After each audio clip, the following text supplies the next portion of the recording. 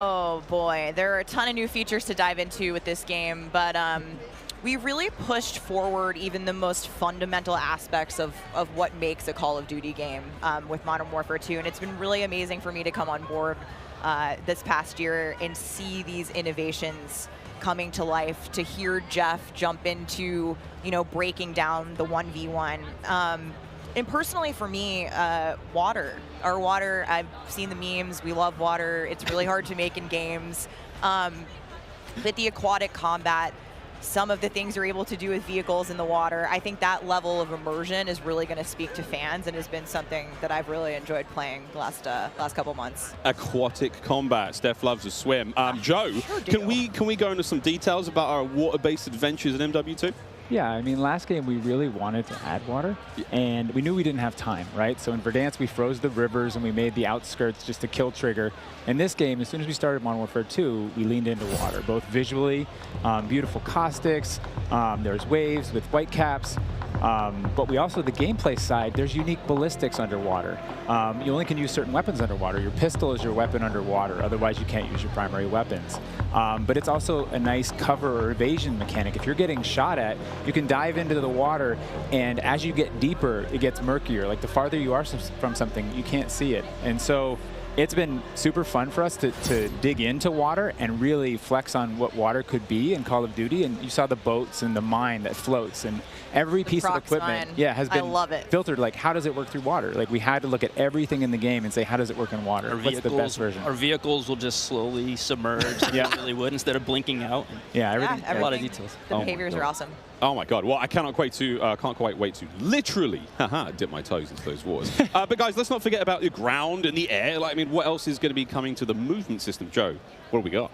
Well, last game we did mount, and we had slide, and even though we're a military shooter, fluid movement is super important to us. So this game, as you saw in the trailer, you can see here on the video, we have a new ledge hang mechanic, and that's essentially a high mantle. But instead of doing a high mantle and throwing yourself up over into combat, you can now peek. If you have a pistol, you can pull that pistol out and use that.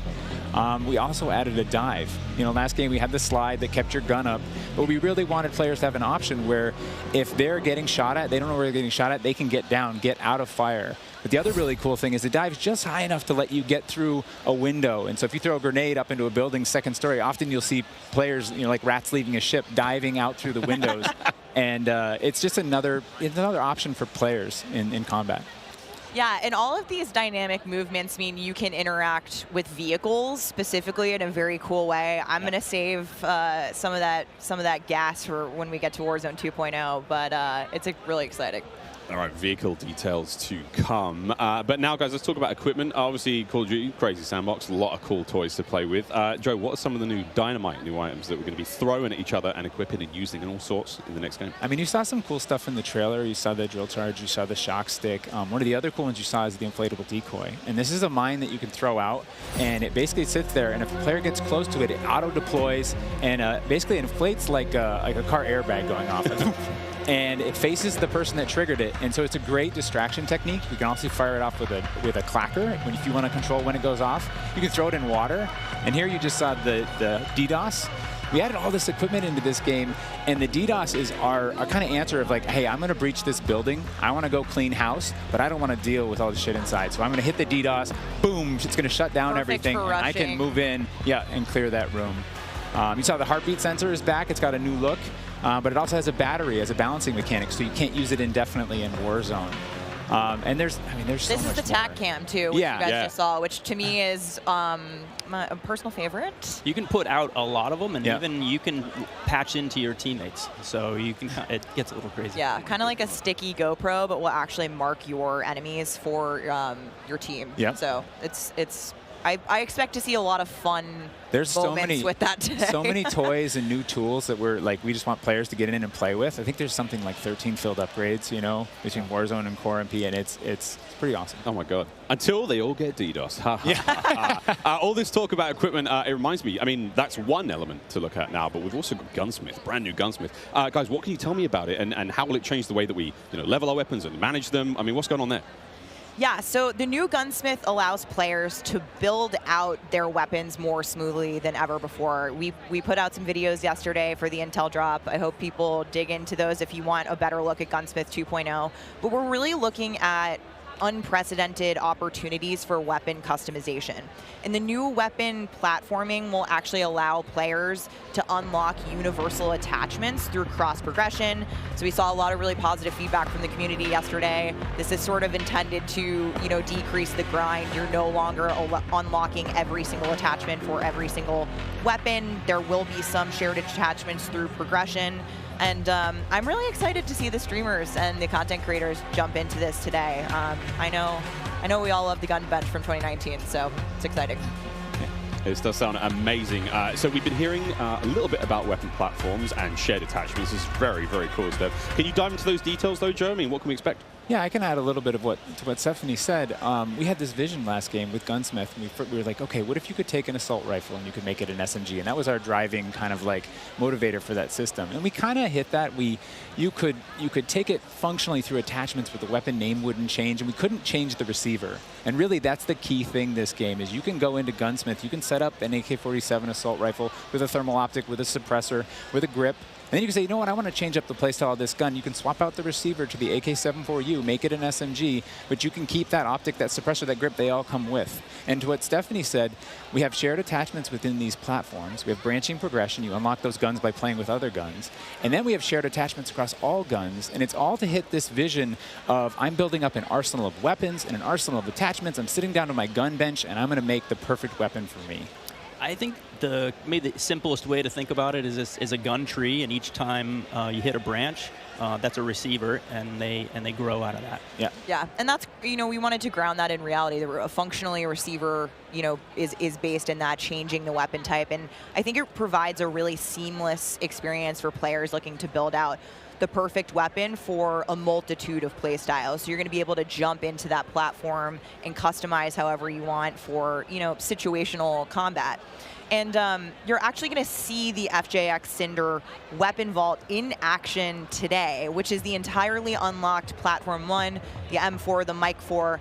And the weapon vault maintains its aesthetic properties across all corresponding attachments. So we've heard you talk about the Frankenprint. This is our answer. It's an extremely rare. This is a huge, project for our teams to design these, but it is the ultimate weapon blueprint. And even better, you can unlock the entire Cinder weapon vault with the Vault Edition of Modern Warfare 2. Playable in beta. Available in beta, so we can rock with that thing all weekend long. Okay, so Gunsmith looks incredible. Okay, I'm excited. I cannot wait to get into this one soon. Our streamers are going to get into this one soon as well. But first, guys, we need to hear about maps and modes. We've got our tools to play with, equipment, weapons, maps and modes, though. Let's get into this one. Let's get into the design team, the philosophy, I suppose, behind building out maps. Jeff, this is for you. Yeah, right from the start, we knew we wanted to build another big map, not only for Battle Royale, but also for this other mode that we've been working on for quite a long time. I read about that on the internet. Ah, yeah. Yes. But, when you lay out these big maps, it's kind of a collection of all these little POIs, these points of interest. And within each of these, we've really fine-tuned that they can play large-scale core modes like Ground War, and a bunch of others really well. And so, stepping back from this large map and looking at how much open world sandboxy gameplay that we have, we looked back at our 6v6 maps and really tried to refine and make them a tighter experience to contrast all this big world kind of exploratory gameplay. So the maps for 6v6, in comparison to the last game, they're just a little bit more straightforward, a little bit more refined, and I think fans will really enjoy how quick they play. That sounds... A lot of diversity in those maps as well. A lot of visual variety, some colorful maps in there, and I think they feel really clean. Guys, you're moving me in ways I didn't imagine to be moved today. Excellent stuff. Cry? I might. Hey, it's the first time here on air. We've got some of the maps that we are going to be seeing in MW2. Starting with one, we've got a real fun one here, guys. This is one of the aforementioned battle maps. Team, can you give me some details on Sarif Bay? So Sarif Bay is this little fishing town in the south coast of our big map, and we picked this because it has such a great mix of gameplay. It's right on a harbor, so we get to show off all our boats and our new amphibious APC, and swimming, as we've already said. But what you get inside the town is this really intense urban combat with all these tight little alleyways and all this great rooftop combat. And mixed with our ledge hang, you get these really cool parkour combat action happening. Yeah, I love how you describe the rooftops there on this map specifically as like a separate ecosystem. You can kind of migrate that entire vertical. You can go up there and just hang out and fight other snipers.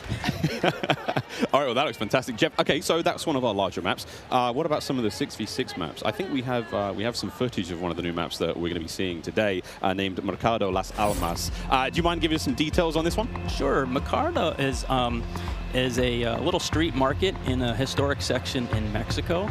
Our story behind this is, the authorities have some intel that narcotics are being smuggled out of a warehouse, and they're going in trying to find and seize them.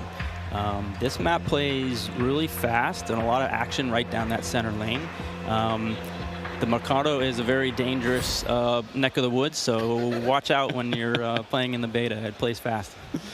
Cannot wait, really cannot wait. Looks fantastic, and again, interesting to see how that ties into campaigns and whatnot. All sorts of fun and games ahead of us. Looks amazing. Battle maps, core maps, 6v6, all this looks fantastic. But let's go back to modes. So we've seen some maps. What about the modes being played on battle maps? We will have the return of Ground War, but we've got a new large-scale mode that you've alluded to, right? Let's talk Invasion.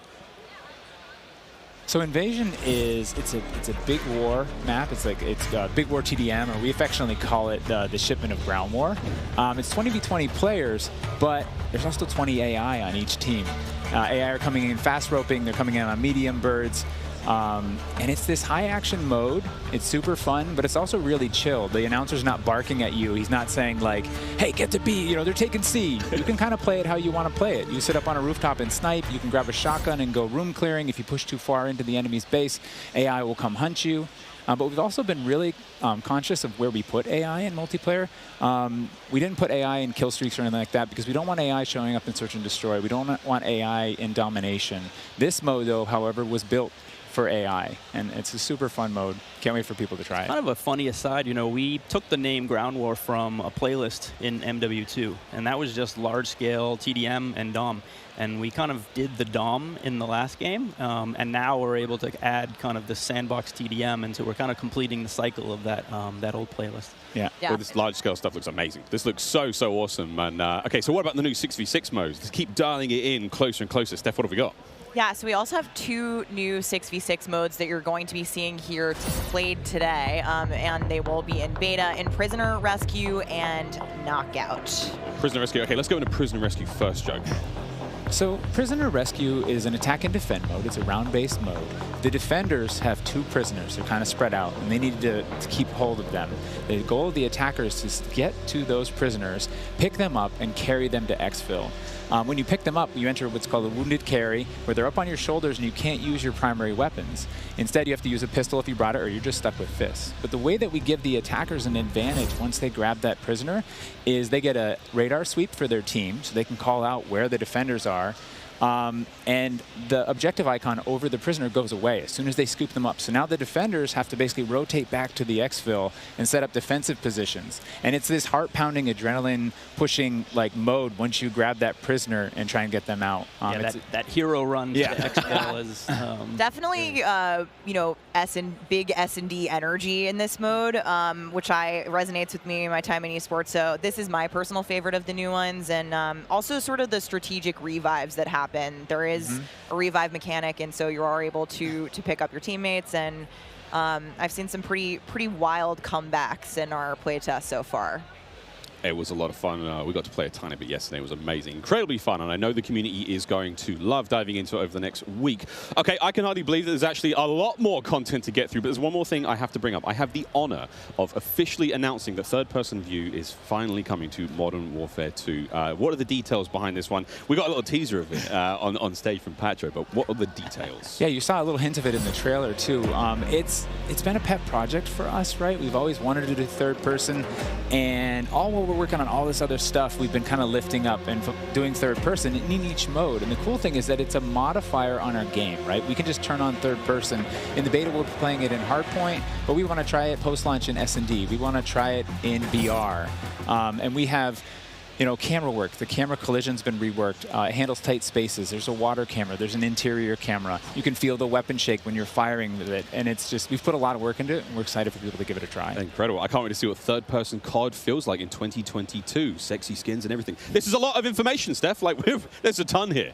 I tried to warn you. We're delivering a lot of new features for you guys to try out ahead of release. And I said we were going to be bold with this beta, and we are, but there's even more to come at launch. So this is just a taste. How is this just a taste? How can there be even more? I mean, we haven't even got to Warzone yet. We're not even, okay. Okay, so what about this year's third mode?